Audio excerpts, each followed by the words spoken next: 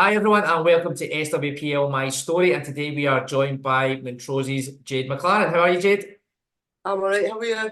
Yeah, I'm great, thanks. And thanks for taking the time today to come and speak to us. Probably the biggest story of the week was the Montrose win at the weekend over Aki's, 0-0 at half-time, but then coming out the second half and finishing with a 7-0 scoreline. I'm pretty sure when you get into the dressing room at half-time and your manager's trying to get you going for the second half, nobody's seen 7-0 on the cards. No, I don't think so. I think we were quite confident going into the game. And when we know that like these games we have to pick up points, and especially the next two, they're massive. And I think the first half we were unlucky. I think there was one or two of us playing in different positions compared to like normal and stuff. And it was just getting used to playing together. I think. We had chances, we just couldn't put them away in the first half, and then Lauren comes up with two big saves.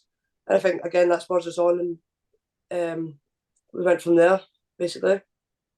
And then yourself chipping in with a hat-trick as well. Not too bad. No, not too bad. I think it's maybe my second or third one of my career, and the fact that it was a perfect hat trick just made it even better. And then the league's star player of the week as well, so you'll take that every day. Oh yeah, every day, every day. I think I've shared that I don't know how many times this week. I was pretty buzzing with that. I think it's all over social media, and there was another couple of one team of the week and stuff as well that was in. I was pretty chuffed with that.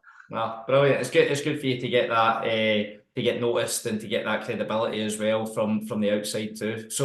Jade, we're going to move on and we'll talk about Montrose this season. Obviously, coming up into the league, it's always going to be difficult. It's probably going to get more and more difficult every year for the teams that come up as more and more teams in the top flight professionalise themselves. However, you came in from Dundee United. There was quite a lot of the girls came in, so you had that experience of playing in the top flight, and this is probably going to be invaluable going into this last 10 games.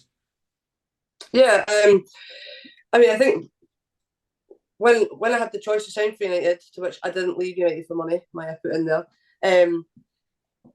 The things that Craig was saying and like where the club wants to go, I was all for it. Don't get me wrong, I did struggle to decide if I was going to leave United because I had been there for 6 years, and I loved all the girls and all the rest of it. However, I do think leaving to go to Montrose was the best thing I've done in my career. And like I say, Craig's been great since I came in, and all the other girls that have been there, the ones that have came in, everybody's bought into it. Montrose as a club, you can see like where they want to go. They want to be up there with, realistically at the moment, probably where Partick is, because like Partick were kind of in the same situation. The only difficult thing for us going forward is like where we're situated.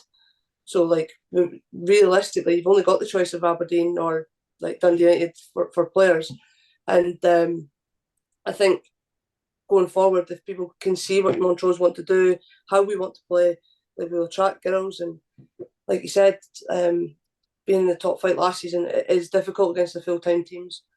But you've just got to go into every game believing that you can do something, and hopefully next season most of the girls will have a better idea and will be more settled, and hopefully we stay up to be able to compete better against these teams. Yeah, so going into the run in these last 10 games, now that the split's about to take place starting next weekend, you're now in a position where you're going to be playing all the teams around you. So I think it's going to get very, very interesting. I think there's going to be quite a few twists and turns in those bottom two places. Yeah, I think so. Last year, I think if you're realistic going into the start of the season, and you know you're kind of going to be down there, the split's what you look forward to, because it is rubbish playing against Rangers, Celtic, Glasgow City, because like I say, you just need to nullify the score, and it's not very fun. But playing against like Hamilton, United, Aberdeen. We've had two close games against Aberdeen, so hopefully we can turn that around and get points this half of the season. So yeah, looking forward to the split. It's going to come thick and fast as well. No, absolutely, Jade. So today it's International Women's Day. Obviously, the league's grown, exposure's grown massively. Just yesterday, another announcement is a whole load of games are going to be getting broadcast as we go into this split phase of the season. So how much of even yourself, you've been around the game for a few years at this kind of level, but probably in the last 2 to 3 years, it is unrecognisable from what it was previously. We've still got a way to go. We can always still improve. But that exposure and putting it in the limelight, and especially for younger girls coming through, whether in academies or grassroots level, to show them that this is a potential career path if they want it. Yeah, 100%. I mean, like for myself, growing up, I didn't have anybody even at school that played football until I got a team made for me. And now you can see, like, there's a team local to me, like St Andrews girls, St Andrews Eastern girls. Like, even them having that is amazing. And they could see, like, someone from me, someone from here, like myself, can go and play. Like, I was at Forfar for so many years. I think Forfar was like right at the top, along that time, and like I feel like I personally was really lucky to be able to play for Forfar and play with the girls that was at Forfar at the time.